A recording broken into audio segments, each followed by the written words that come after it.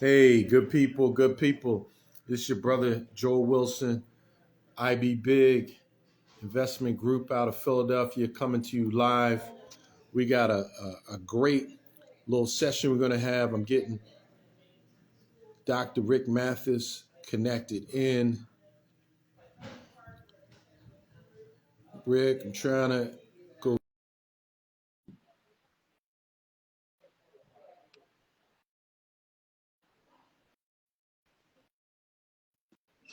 Maybe Buffett, trying to get you on. Hey, Rick, How how you you doing, doing man? now?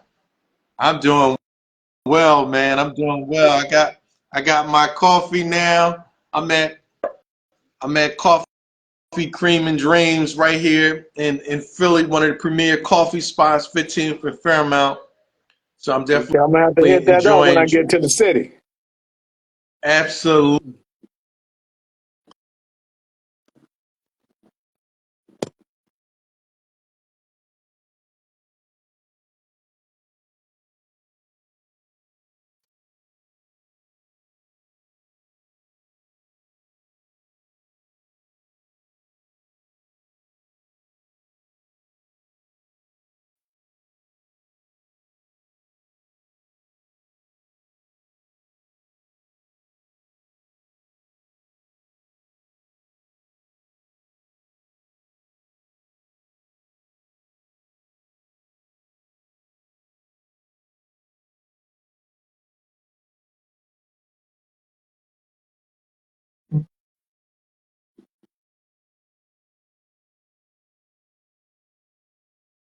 Lose you?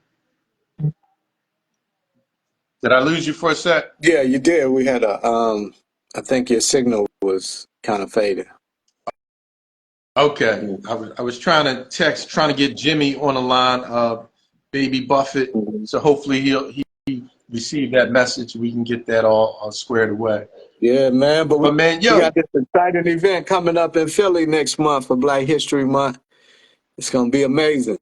it, it is, man, and I'm just walking around. I'm in the they have a co-working space in Coffee Cream and Dreams. So I'm just walking around. You can sort of see some of the stuff they got going on in here. And this is a beautiful space, man, right at 15th Fairmont, North Philadelphia, a few blocks down Okay. Temple University, man. So we doing some nice things, man, here in Philadelphia. And this film is just gonna help bring everything together, man. Get people on code so that we understand this is a bigger picture, man. It's not about how we're doing individually. You Exactly. know, you cannot, Dr. Anderson, he told us, man, this is a race. It's almost like you thinking you're doing something in the NFL because you got just the number one player and he ain't got no teammates. Yeah. Like, you ain't going nowhere. So it's about the team. And so we gotta reach back, let everyone know that everyone got a role, man. Everyone got a position. You know, you Exactly. might laugh at the guy kicking the ball, but when it's his time to get you to win that game, it ain't funny no more. Yeah. And that's where we at, man. Every position is important. Every role is important. If you the person, as we do this economic development thing, man, and we pushing investing, if you the person that can only buy one share of stock, that's important. That fits into the whole big thing.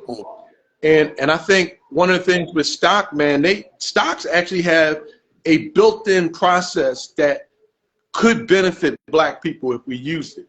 And what that is called the proxy. The proxy. The proxy is I like if I own stock in a company and they're going to have a shareholder vote, I can give my proxy to someone else, and then now my shares add to theirs, and they do the vote.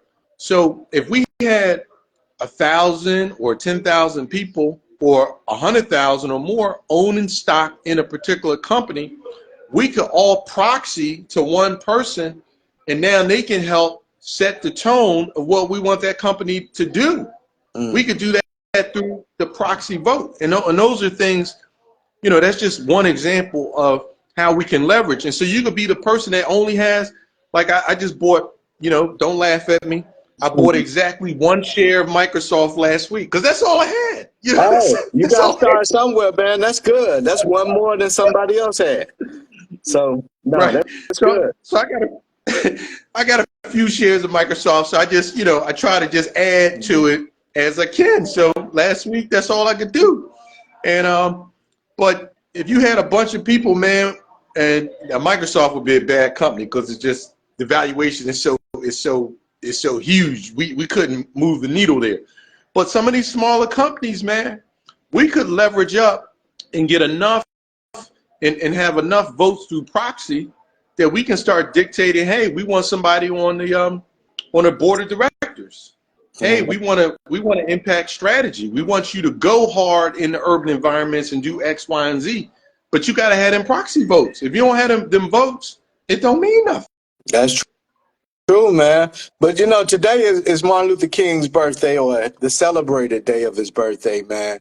And the question that I have is, what are Black people doing to advance his efforts, the sacrifices that he made to ensure that Black people in America can have certain rights, certain liberties, and be in the game, be in the race, like Dr. Claude Anderson said, as you said earlier. You know what I'm saying? So what are some things we can do? I know you're a big proponent of buying stock, and maybe we should give kind of like the 1, 2, 3 steps on how to onboard with that. But what are some things we can do to continue that legacy, man? Because I'm right here in Atlanta, and every year, they have the ceremony down at Ebenezer Baptist Church, and they have the march. But I'm saying, okay, what else can we be doing? This is 2023 right now. So we got to be doing some more cutting edge, progressive things, as opposed to that. So I agree with you 1,000%. And my background is IT. I actually have a computer science degree. So I'm going to lean, and I've been in the tech industry my whole life. I went straight into business. So I've been doing this 30 years. I got multiple contracts, for being an authorized reseller for various companies, Microsoft, Google, HP, 8x8 phone systems. I mean, the list just goes on and on and on. So I'm going to borrow from some of the strategies that are well known and used in the tech industry. Like this is how they do it. Mhm. where we've lacked, and this is my sort of view, my opinion, my outlook, is that we need things that can scale in the solution relevant to the problem that we have. And so the way we've sort of approached on the economic side, we have a whole lot of individualism going on, or very small groups. And number one, MLK always talked about the masses. So if only one or two people or a handful of people can participate in economic development, then that doesn't scale. So our communities don't really change. So in Philly, we have some phenomenal one-offs, some phenomenal Mhm. one-offs. But again, the masses of Black people, North Philly, Southwest Philly, Mantua, Germantown, West Oak Lane, they not experiencing the economic gains in Philly. Right now, man, they got so many new apartments and condos in Philly that it's changing the political landscape. Same here in It, Atlanta. it, so, and if you talk to our children don't feel like they can go buy those $300,000, $400,000 homes and condos, which have been newly introduced into the landscape. They don't feel like they can do it. So we got to come together in ways that they feel empowered that they can do it. Now, one of the things I think we can do in investment clubs. So I love investment clubs. Investment clubs get you to cooperative economics. So this is when investment clubs are scalable. So if you use a traditional LLC, and I'm speaking out of Pennsylvania, so it may be different in your state, but in Pennsylvania, an LLC can have up to 100 members. So that's 100 separate people, or it can be a member of an LLC can be another business. It can be a nonprofit. So 100 entities can be part of one LLC. Different states you can do a little differently. Delaware, you can get real fancy, but we're not talking about Delaware right now. We're talking about Pennsylvania. So 100 people literally can get together and they can buy stock or crypto every month. They could also buy real estate.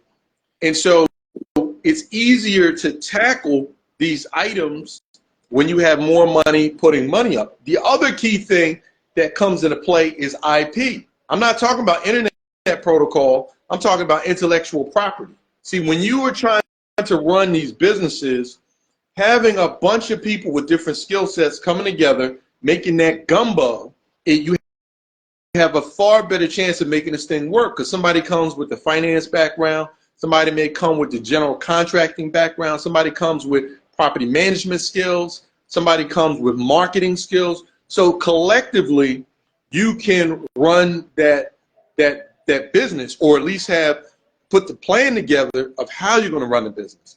So that's why these cooperative things are ways to jumpstart us into doing things that we naturally couldn't do individually. And that's why I just love this, and investment clubs is one of the key ways to do it. Mm-hmm. Yeah. Dr. George Fraser said, it's easy to break a finger, but it's hard to break a fist. So when those 5 fingers come together into a fist, it's hard to break that. So I say that to say business is a team sport. For so many years, we've been taught to go at it as an individual. You know, I got my LLC now, I'm sole proprietor. But the Rothschilds, the Rockefellers, the DuPonts are going after it as a family. And that's what we have to start doing. That's why I love what you're doing with IBbigInvestments. You know what I'm saying? So we have to start doing it. When you come together, you build capacity so you can do more, and that improves your scalability. Now I can grow larger as an entity. And you know, we've embraced many different types of investments. So stocks, of course, index funds, crypto. On the real estate, we've been on a peripheral of real estate. So we haven't done any actual development yet, although we're looking at stuff. But I'm gonna tell you something very significant that has happened with us, is that now that people know we have this investment club, we have something, and I've come to learn this. It's called deal flow. Deal flow. So basically, people who have investment opportunities, they come to us. Like, we have deals, you know, stuff that before this investment club I would have never heard of. So we had a significant. We actually had 2 significant marijuana grow farm investments. They came to us and gave us their perspective to invest. We're looking at something right now is a black gentleman actually who has a vodka company. So we're looking at that now. We're going to discuss that in our next partner meeting. So we have all types of deals that come to us. Now, what we don't have, you know, we have a limited capacity because we got 35 partners right now. Each month we're bringing in $3,000–4,000 a month. That's what we're bringing in. We're putting it in a stock portfolio. Only a certain percentage is going to cash. And so if a deal comes that's more than the cash we have on hand, we have a process called special investment. So again, with 35 folks, there's a limited amount of capacity that we can do.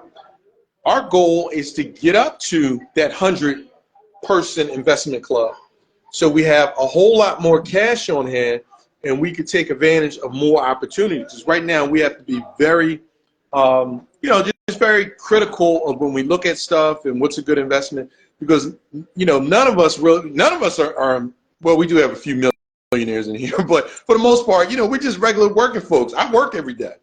And so we don't have money to burn or waste. So we just have to be just, very critical on the stuff that we invest in. But we do it. We do it. We actually invested in 2 small businesses last year. And I'll just say from that, we learned in that process. I'll just say that we diversify. So we don't do all in the small businesses. And small business is probably the most high risk type of investment you can make. So your stocks, especially good stocks nowadays, very fair, very fair thing to invest in. You may have volatility, but volatility is the market dropping. But one of the things you'll learn, hopefully you'll learn when you mature in investing, if the market drops, you do not sell your stock. Do not sell your stock. If the market drops and you have good quality companies, like Nike is a quality company, if Nike stock plummets tomorrow, what you do is you buy more Nike stock. You do not sell it because you've just bought it now at a discount. And guess what? All the spending habits in America ain't going nowhere. Folks are going to keep buying Nike, and it's going to go up. And when it goes up, that's when you get paid. And so I was going to say real quick, so for the people watching, if they are interested in becoming a part of IB Big Investment Club, how do they onboard? Like, what's the first steps? So we now actually have a membership chair whose whole job is helping people onboard into the investment club. So I'll give out her direct email. It's just membership@IBbig.net, membership@IBbig.net. So you can reach out, Nayla Madison, reach out to her.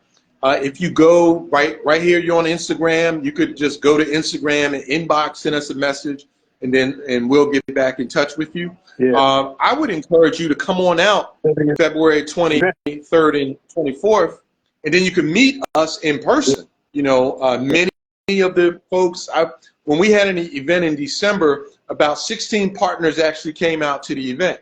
So, you have a very good chance just to interact with folks. One of our most famous partners in the investment club is actually Andrea Lawful Sanders, who's a radio personality with WURD here in Philadelphia. And she's going to be out. And I was just talking to her. I actually did a show with her this morning. I was talking to her. She's like, Joe, I'm going to be there the whole weekend. So, really looking forward to that. She's just a phenomenal person. And she's a Jamaican. So she comes from a tradition of cooperative, pulling their money together. So when she saw this, she jumped right into it, and she's been encouraging folks to join. And she's been a blessing to the group. So, this is not rocket science, folks. It's not rocket science. Yeah, exactly. So, on the 23rd, 24th, B1, the movie will be in Philly. So we're showing the movie, and we're creating an experience around it. We're not just sitting watching the movie. We're actually doing some hands-on things. Like we're showing episode 1 and 2 on Friday, and then we're showing episode 3, 4, and 5 on Saturday. There's 5 episodes in the film. This is an amazing film that has everybody from Dr. Claude Anderson, who's like the guru of finance. When you talk about finance, some of the amazing things he's did, from the affirmative action plan to working in the government, he's done some amazing things. So he's in the film. We have Dr. Boyce Watkins in the film. We have Nuri Muhammad, Queen of Four, Riza Islam. This is the film, man. B1 right here, which means black first. It's time for us to put us first. For so many years, we put other races first, other people first, and they've benefited off the $1.7 trillion, which we misuse annually. You know what I'm saying? So now what we're doing is saying, hey, let's put us first. Let's recycle those dollars. Let's invest in these investment clubs, man, so that we can be a part of something that, an investment. You know what I'm saying? So it doesn't matter where you are. The investment club is based in Philly, but it doesn't matter where you are. You can be a part of this investment club. So just think about that. If Black people had investment clubs all across the globe, not just in the U.S., but all across the globe. You know what I'm saying? If we had investment Right. clubs and we're contributing, we're saying, okay, out of our income, we're going to take a certain percentage, a certain portion, and put that into this investment club because I know for a fact that this investment is going to help my community. It's going to help my family, and it's going to help to leave a legacy for the next generation. You know, so that's what it's about. That's what B1 is about. You know, so I salute you, Joel, for doing this, man. This is totally amazing, man. Awesome, man. I'm proud of you and your team and the members that you currently have in the investment club. I appreciate that, man. Appreciate it. Yeah. So yeah, so with this being King Day, we wanted to come online and share some ideas, some resources, some information on things that we can be doing to further Martin Luther King's legacy, to further your family's legacy. You know what I'm saying? So one of the things that I'm actively engaging in is also AI. I'm doing a lot of stuff, as you'll see when you watch B1 the movie. We used a lot of AI in this film, from imagery to sound correction to just organizing the footage and the sound bites that are in the film. It made it so much easier. It made it so much easy. So I see Jimmy has came on, you know, so we want to we want to bring him into the conversation, man. And again, Jimmy, my name is Dr. Rick Mathis. I am a filmmaker from Atlanta, Georgia. And you know, we're excited about bringing this film to your city, to Absolutely. Philadelphia. You know what I'm Yeah, saying? I've been watching along, man. You listen to you guys' conversation, you know. So yeah, I Good, appreciate it. Appreciate the invite. good. So if you will, man, just introduce yourself and tell the people who you are and some of the amazing things that you're doing when it comes to investing and when it comes to business, but not just doing it by yourself, but doing it Hmm. with a team, because that's the one myth that we have to shadow. We have to shatter the myth that, hey, I'm gonna go out here and I'm gonna do this by myself. It takes a No, team. So if you will, introduce yourself. so yeah, so my name is Jimmy. I'm one half of the team at Buy the Hood here. So we're a community organization that focuses on the power of ownership. We do a lot of free work in the community. We do it behind the walls. We also have a free camp every summer for kids ages 5 and up, where we talk about personal finance. And this will be our 10th year coming up of doing that. So we bring the kids in and teach them about everything and about how to invest. And we have kids very young that can read a balance sheet, that can look at a company, tell you whether it's a great investment or not. So that's like, you know, some of our work that we do in the community. But I'm also a member of IB Big in terms of the investment group and trying to build something together. So I'm looking forward to this film and to the event coming up in February. Because it's for a lot of reasons. For one, honoring Leon Sullivan. I'm a huge fan of Leon Sullivan and the work that he was able to accomplish and the blueprint that he laid out for us, that I think a lot of people aren't really aware of his work, and should be aware of his work, but also to understand that when it comes to, you know, everything we're talking about, and this is really interesting having this conversation on you know, Dr. King's Day, because to me what it really all boils down to is just organizing, right? Um, because, you know, we have a lot of people that practice rugged individualism who have achieved success by themselves, but as a collective, if we're being honest, and by trade I'm a you know, data scientist, so I look at the data all the time. um we have a lot of work to do, right? And a lot of that not only comes from economics, but you build that economic base to then, you know, go to the political side and get what you need as a people. And that's the funny thing. When you talk about powernomics, people only focus on the first part, but you got to look at the whole plan that Dr. Claude laid out. You know, the economics lead to the politics, right? And then everything else from there. So, Everything else grows from yeah, that. everything else But from there. is that really success if you succeed by yourself? It Like really if you isn't. succeed, I made $10 million. Is that really success though? It's not. It's not. And I think that's the thing that we need to focus on. There are a lot of people individually who do well in our community, and salute to them for that. But that, to me, it's not real success, because who benefits from that but them, and maybe their immediate family, and sometimes not even that, right? So it's really about community, and it's about networks, because the strength in anything comes from a network. There isn't one institution on this planet that doesn't have a network. I don't care whether we're talking about a university, whether we're talking about a bank, whether we're talking about a school, whatever we're talking about, anything that is built of substance, it's a network behind it. It's more than one person. Nobody is, the whole idea of being self-made and did everything by themselves. That doesn't exist. It doesn't exist.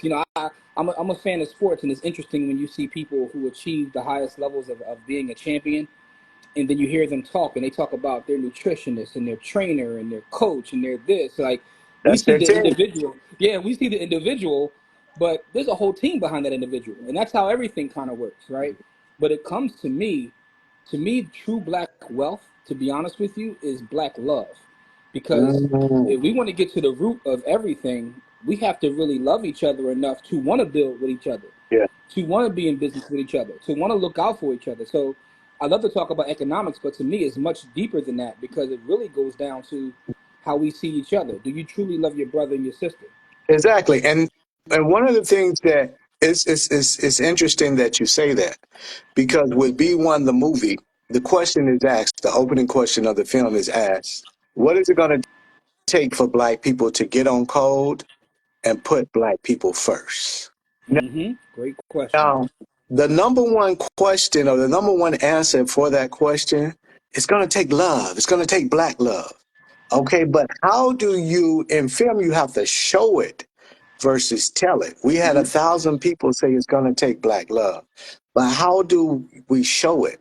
So one of the things that we did is we showed this couple that met at the conference, at the B1 conference, right? Mm-hmm. And they met, there's a speed dating component that's had there. So they met, one of them was going to the speed dating and the other one was going to work out. So the guy was like, let me know how that worked out for you. He told the young lady that. Mm-hmm. And of course, it didn't work out. But what happened, he planted the seed and they ended up going out the next night. They say they spent 4 hours at the restaurant. But we tell an amazing love story Mm-hmm. throughout the movie B1, and it ends with an amazing ending. I know, Joel, you've had the opportunity to see that. But Joel, how important is black love when it comes to investing, when it comes to rebuilding your community, when it comes to just giving back and working as a team? Can you hear me, So, Joel? It's crucial. And what's interesting is that MLK, can you hear me? yeah, we hear you. Yeah. So it's crucial, and MLK actually references, he speaks about love is needed to fix the black community. I mean, that's a core piece of many of his speeches. And one of the things I'll say with Jimmy, both Jimmy and his wife are in the investment Mm-hmm. club, and we have several couples like that in the investment club, and it helps the family when both folks at least see the importance of investing in finance and stuff like that.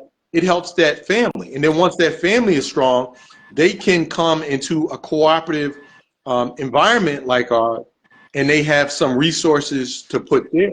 So Jimmy, whether he knows it or not, he's helping to model that piece on love and how it plays hand in hand with the economic viability of the actual family. Yeah, and Yeah. And that's an interesting point that you make. And again, we're talking about the B1 experience that's taking place in Philadelphia, February the 23rd and the 24th. mm-hmm. We have the information in the comment section. You can get your tickets right now. Again, my name is Dr. Rick Mathis. I'm here with Jimmy Williams as well as Joel Wilson. But the question, that's an interesting point that you make. The question that I have is, if I come in with my significant other, is that two streams or two payments, or do we come in as one and make one payment? How does that work? So, Joel, you can go ahead. So, I guess I'll answer it if Joel can. Either, right? So, That's your choice. yeah. We have some couples that. Okay, go ahead. Yeah, I was just saying it could be either way, right? I know it's a little delayed with Joel, but yeah, so it could be either way. Whatever Okay. way you guys decide to How do you it. want to do it? Yeah, yeah. Some homes want to maximize. Yeah.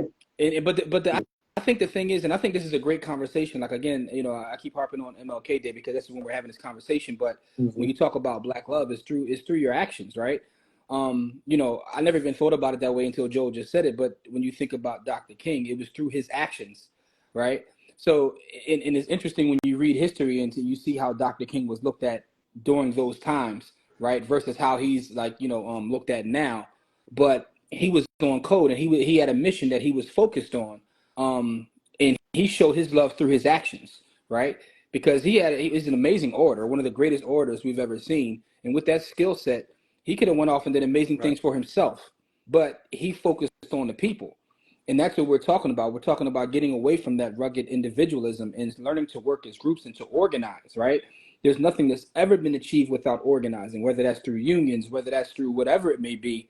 Um, and as a people, B1 is amazing because we have to put ourselves first. And through your actions, right, you have to.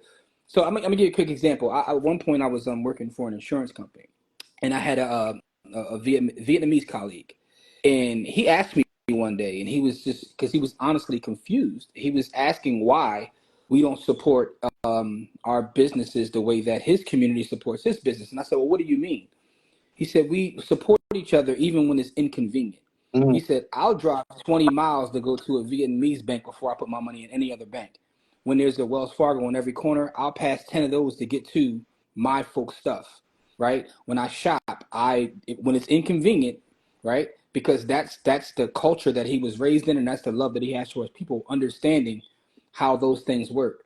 So we have to really show through our actions, but not just when it's convenient, even when it's inconvenient. We have to be unapologetic and really decide that we're going to work together to build whatever it is that we Yeah, want to build.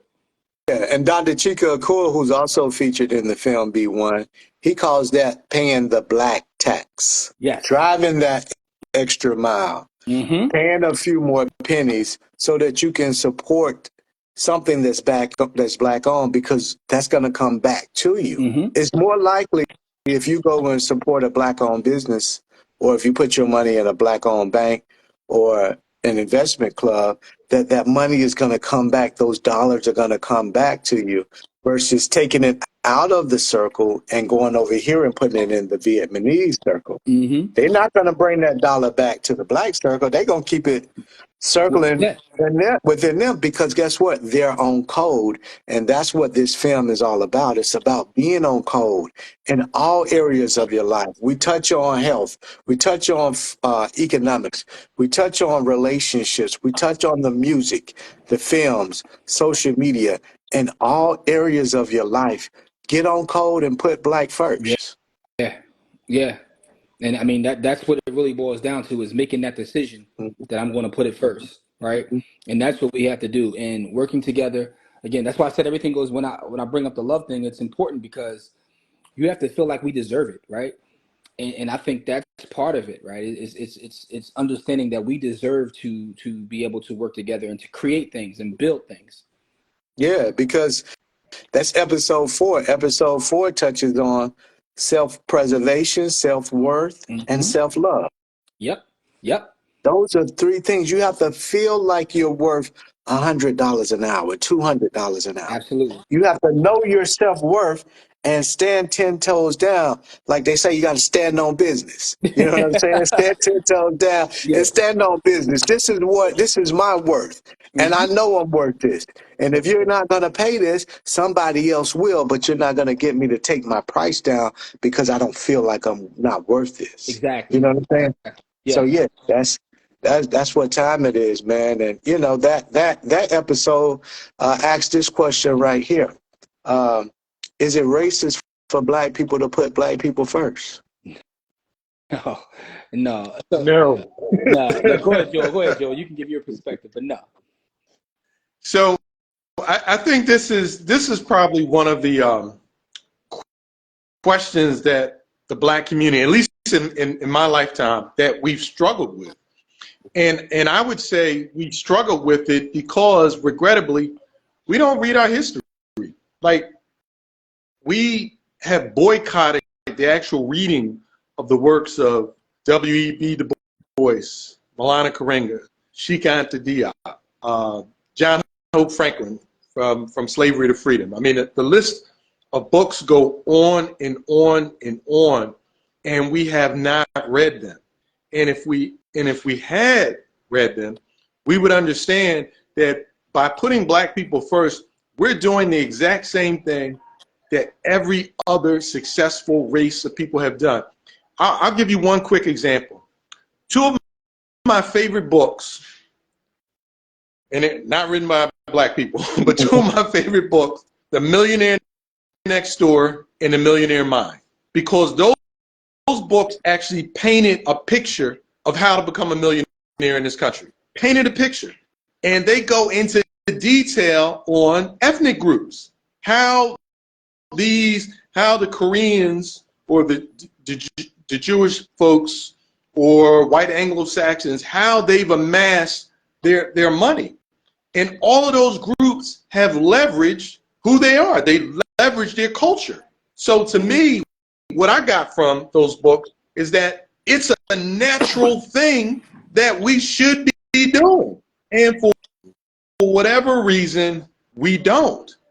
We don't love our culture. We don't love us as a people. And hopefully, you know, one of the things we do in our investment club, for you to join, you have to read Miseducation of the Negro. You know, you have to read that book and then give us your perspective by Carter G. Woodson. Dr. Carter G. Woodson. Carter G. Woodson. So if you haven't read it, go out and get it. Miseducation of the Black Negro by Carter G. Woodson. Right. And buy it from a black bookstore, okay? Yeah. But that book is eye-opening. You know, it makes you just think about everything. And I'll give one quick quote from that book. He talks about the way we are conditioned and socialized. We believe we should be at the back of the bus. We believe it. And we will actually just go to the back of the bus now without being told. And if there is no door for the back of the bus, many of us will cut a door to the back of the bus because that's what we believe we need. That's deep. Yeah. And I just want to add to your question that racism denotes power, right? So as a collective, we don't even have enough power to be racist. There's a difference between racism, bigotry, and prejudice. So when people say that's racist, they don't even understand what it means to be racist because we don't have the power to be racist, right? Exactly. And other cultures are unapologetic about building with their own. There's another book called The Jewish Phenomenon, which goes into why and how they build collectively, right? So I don't think there's any problem with building collectively. And no, it's not racist because we don't even have the power to be racist, right? Yeah. So just to kind of give my perspective on that question, but I do hear that. And Jimmy, I would add not only. Go ahead, Joel. Jimmy, I just wanted to add, not only do we not have the power to be racist, we don't have the heart to be racist. I said, not only do black people not have the power to be racist, we don't have the heart to be racist. At any time when we fought, like the Civil War is a great example. We just fought so that we could get the freedoms we believe we should have. And after that, we did not go on no scorched earth campaign. That you cannot read any historical accounts where black people were just burning and killing white people wantonly in America when there was probably a lot of justification for it. But we have not done it. Yeah, we're the most forgiving people in the world. Like, you know, that it's pluses and minuses to that, but we're the most forgiving and understanding people in the world. We're the most loving people in the world, which goes back to what you said, Jimmy. It's going to take black love. Yeah. So until we tap back into that black love, we're going to continue to see a lot of the chaos, a lot of the craziness that's going on right now on the planet. We're going to continue to see that. So it's up to us to step forward and to restore a lot of this stuff, man. Because, you know, it's very sad, you know, the violence that's going on right now. I don't know if you all have been on social media, but Yo Gotti, who's a rapper out of Memphis, his brother got killed while attending a funeral, his uncle's funeral in Memphis. Yeah, I saw Now, that. that's retaliation to, so they say. I don't know. I don't follow it enough. I just, when I see it, I'll acknowledge it a little bit, so that I can converse on it because my thing is media. But they say that's in retaliation to the killing of young Dolph. So Yeah, I as you read can that. see, it's killing after killing. It's like playing ping pong. You kill one of mine, I'm gonna go kill one of yours. You kill two of mine, I'm gonna go kill two of yours. But at the end of the day, that's not who we are, and we're killing over over petty things. Marcus Garvey says If that we are people that are I could, cursed by petty differences. So we have to learn to get over those petty differences, learn to face them and to deal with them. Because at the end of the day, it's all ego, it's all material stuff. My car is bigger than yours. I can rap better than you. I made $1 more this year rapping about something that's not uplifting our community. You know what I'm saying? And we talk about this stuff in B1 the movie. This is the stuff that we have to get on code with right now. You know what I'm Yeah. saying? To show us in a better light. You know what I'm saying? Because it's economics, and if I could, economics will solve a lot of it, but we have to make the conscious decision to say we're going to get on code for myself and for my family. But go ahead, Joel. yeah, I just wanted to jump in there for a moment. So with all the tragedy, the trauma in Philly, we got the same thing going on. So with Atlanta all of too. that, we got to recognize that racism still is the behind the scenes master of this calamity. Because what racism has done, it has constrained the economic opportunities in our environments. And because the different black Wall Streets have been destroyed, we can't produce up to this time. We were unable to produce the different job opportunities or just business opportunities for more people to flourish. And so the new generation, the younger generation, they have more or less rejected what has been laid out to them, like do this, go get this job, go work at McDonald's. They've rejected it, not understanding there was a whole, there's a whole nother thing going on that may have taken some time, for whatever reason. So they created their own economic system.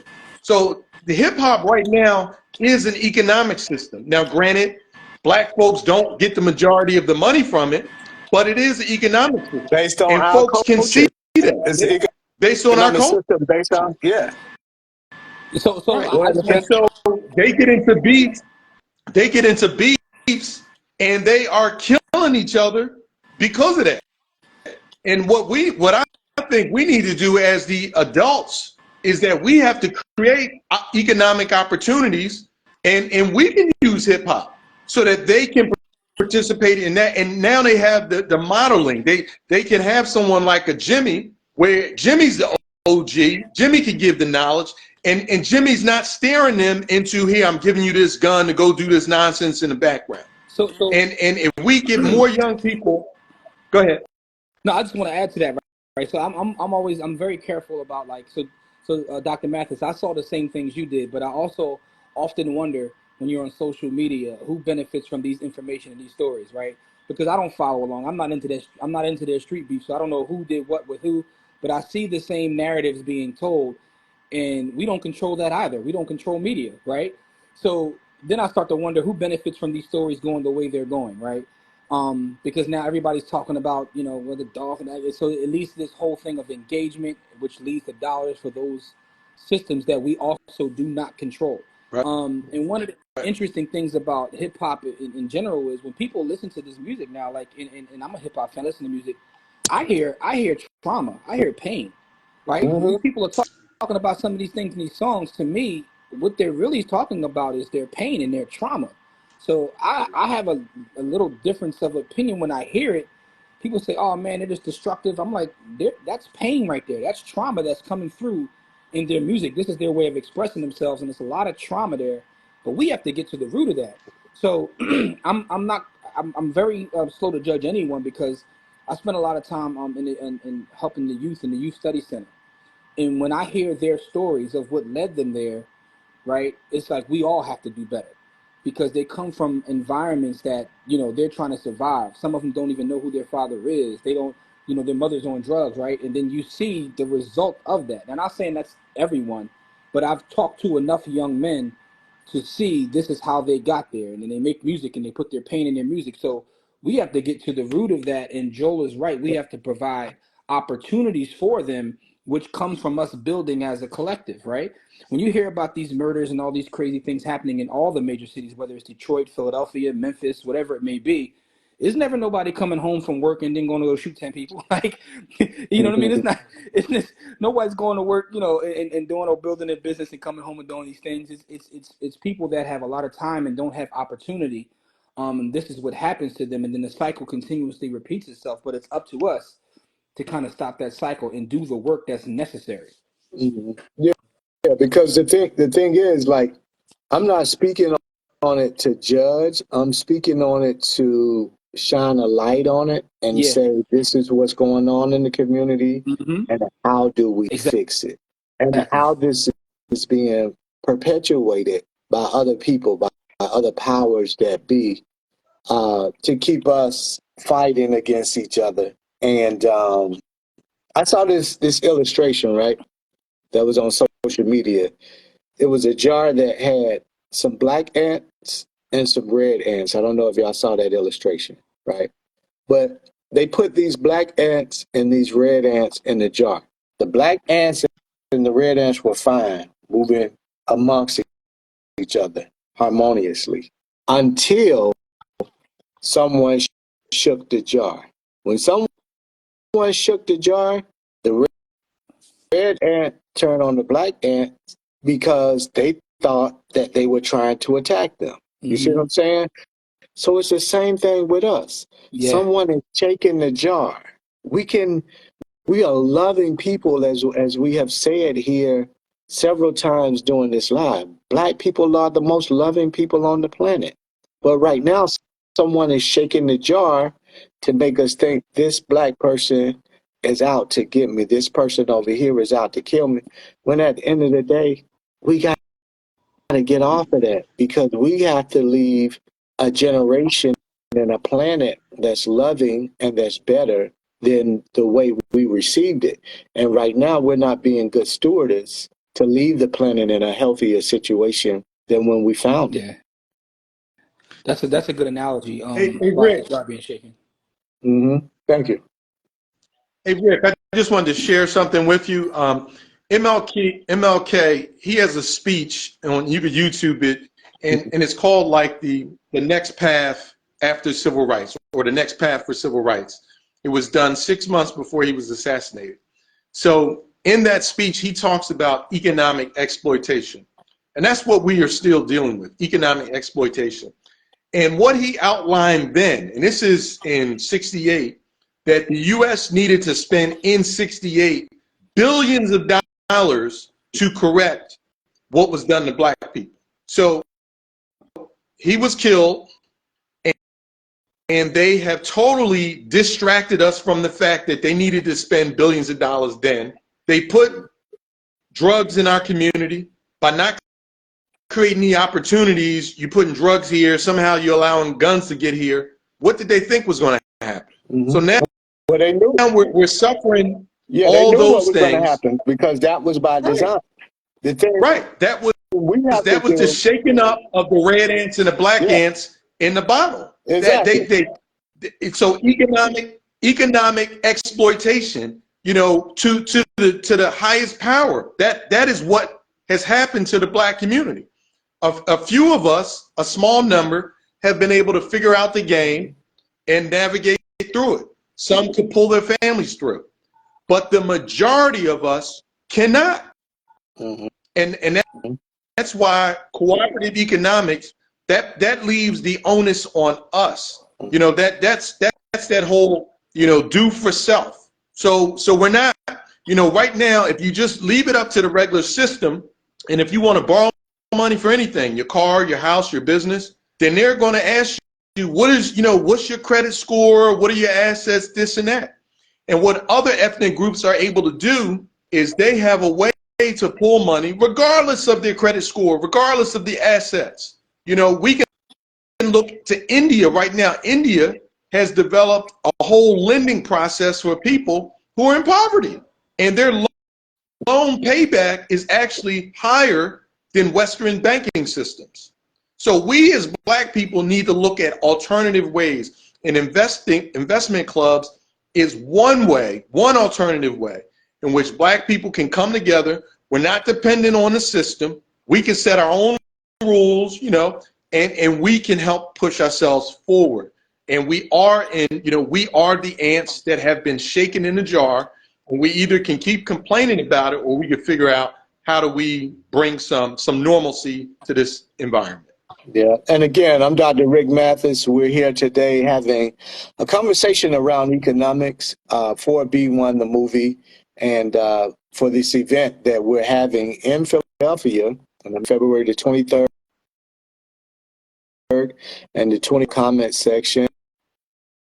And it's being brought to you by IBbigInvestment Club.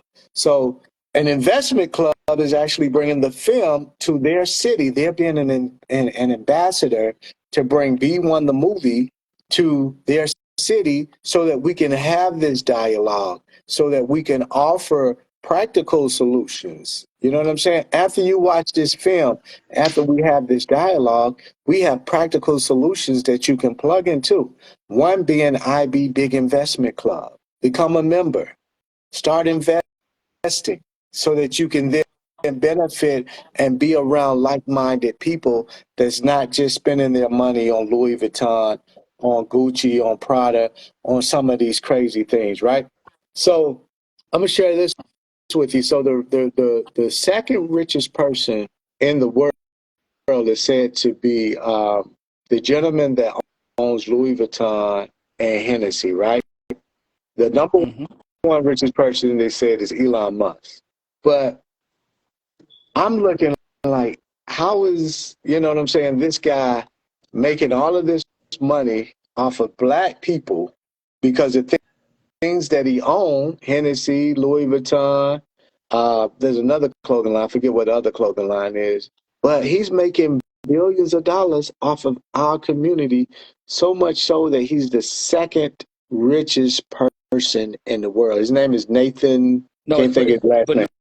Bernard Arnault. Bernard, I know. Yeah, Bernard, I know. yeah, That's him right there. Yeah. yeah, from LVMH. Yeah. Exactly. Yeah. So so he's the second richest person in the world, man. So we have to learn how to recycle those dollars and redirect those dollars. And this is the perfect way to do it, to invest those dollars into IB Big Investment Club, things like that. You know what I'm saying? So that's what I have to say, man. We got to start doing this. Yeah. This is do or die right now. Yeah, We have to. the work has to be done, and it's an uphill battle because when you look at say LVMH and the brands that he owns, just looking at that one thing specifically, there are billions and billions of dollars that go into kind of there's a book. The author's name is Mark Lindstrom, and it's called Brandwashed. And what the book talks about is how even before we're born, people are already marketing and trying to brand to us. So by the time we come on this earth, there's certain brands that are already associated with us, like, through our parents, using those brands with us. And it's a multi-billion-dollar industry. So when we're talking about building our own, we're going against that billion-dollar industry that's telling everyone, like, this is what you need, this is what you must have, right? So there's billions of dollars. So you're being sold to 24/7, 365, and we're trying to break people kind of, for lack of a better term, out of the matrix, right? Exactly. Because I mean, they've already shown that the same sweatshops make a lot of these things that someone puts their label on and charges X amount more for. We know that, yet somehow we're still drawn to these brands, and a lot of it has to do with our self-esteem. We feel like if I put this on, it makes me feel better about ourselves, right? So that's why there's a lot of work that has to be done, and that's why I always go back to the love, because when you start to understand who you are as a people, when you start to understand where you come from, you don't need those things. And then you can focus on what really matters. But understand that there's a battle that happens every day. We're going to have to fight against billions of dollars being pumped into, whether it's via social media or television or billboards, whatever. You say one thing, you go through your phone, and so it's like these cookies and everything. Like, we're fighting against that. Mhm. Yeah, we have to keep fighting. You know what I'm saying? We are people that are victims of identity theft. Our land, our language, and our legacy has been stolen from us. So therefore, since those things have been stolen from us, we attach to things that have name brand, things, titles that give us a sense of identity, that give us a sense of self-worth, Yep. which, it's okay, but that's not who we are. Spend time and spend moments of quiet time tapping into your inner self so you'll know who you are. So it'll be revealed who you are. So you can Mm-hmm. reconnect with your land, your language, and your legacy. And therefore you wouldn't look for external things to give you that identity. You will be comfortable and you will stand 10 toes down on who you are as a person, as a being on this planet and this society. You know what I'm saying? So that's what we really got to tap into.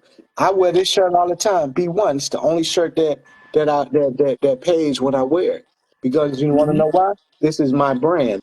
I have equity in this brand. I have an IP in this brand. You know what I'm Mm-hmm. saying? So that's what we have to start focusing on, and we're doing it more so now by starting our own merchandising line. A lot of young people are starting to do those things, and I'm happy about that. You know what I'm saying? Mm-hmm. Because at the end of the day, we are the culture, and we determine the trends, and we determine what's cool and what people are going to wear. You know what I'm saying? They're Yeah. using that data, like you were talking about, to predict what they feel, to predict what we're going to do. You know what I'm saying? And that's being plugged into these AI machines and platforms and things like that. But we have the power. I'm here to tell you that we have the power to circumvent that. We have the power to turn this thing around, and it's time for us to do it. It's time for Mm-hmm. us to get on code and be one. It's time. Yeah. And that's what we're doing on February the 23rd and the 24th in Philadelphia. B1 The Experience. Brought to you by IB Big Investment Club. I can't say that enough. So y'all need to go in the comment section, share it with your family. If you're not in Philly, share it with your family in Philly.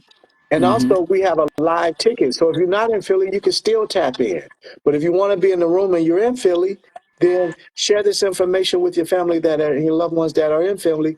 But if you're not, buy a ticket on the live so you can get tap into the conversation and ask questions and be a part of this movement, because this is indeed a movement and it's time. Yeah. Yeah. And it's one thing about being in the room is you get to see a lot of folks that look like you that are already building, right? We're Mhm, already building with each other. mhm, That's one of the great things about our investment club at IB Big is that it's deeper than just our assets. Like, and we own, hundreds of thousands of dollars in assets, but it's deeper than that. We're doing it together, right? And we're laying the framework and also created a system that other mhm, people can plug into and build together, right? So also that network, right? About that network. If I'm looking for someone that has a specific skill set, more than likely if they're not in the network, someone in the network knows someone. So that's also powerful, and that's how institutions are built. mhm. Yeah. So that's dope, man. So yeah, any other words for him, Joel? I think we've been on here about an hour or so. I don't know how long we wanted to stay on and talk about it. The event that's coming up on the 23rd and the 24th in Philly, the B1 experience that's centered around B1, the movie, where we're having dialogue, where we're having different speakers. Joel, who are some of the speakers that you all have? I know Jimmy Williams definitely will be there. He's one of Yeah, the I'll be there. speakers that's on the program. But who are some of the other speakers that we have on the program?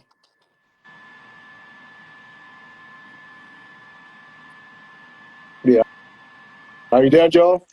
I know it's a little delay, but All I got to say,